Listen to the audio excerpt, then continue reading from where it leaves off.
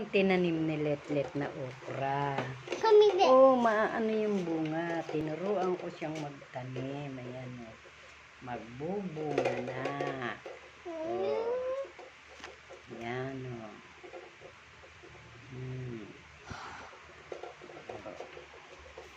Ayan, oh. Malaki na, Leta. Ito, may bulaklak na, oh. Ang daba na yan eh. Okra. Ang daba mo na ha. Ano sasabihin mo sa mga tinanim mo? Anuhan, puntahin doon sa amin. Ha? Puntahin doon sa amin para tinig, para malaki. Ito. Sino nagtanim niyan? Ako! Yan. Diba? Malaki Laki ako na. na baby ako eh. Hawakan ko na eh. Hawakan ko na sa taas oh. Ang tanim ni Leticia. Siya! Tapos, nagtanim pa siya ng labanus.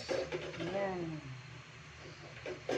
Ay, marunong na magtanim.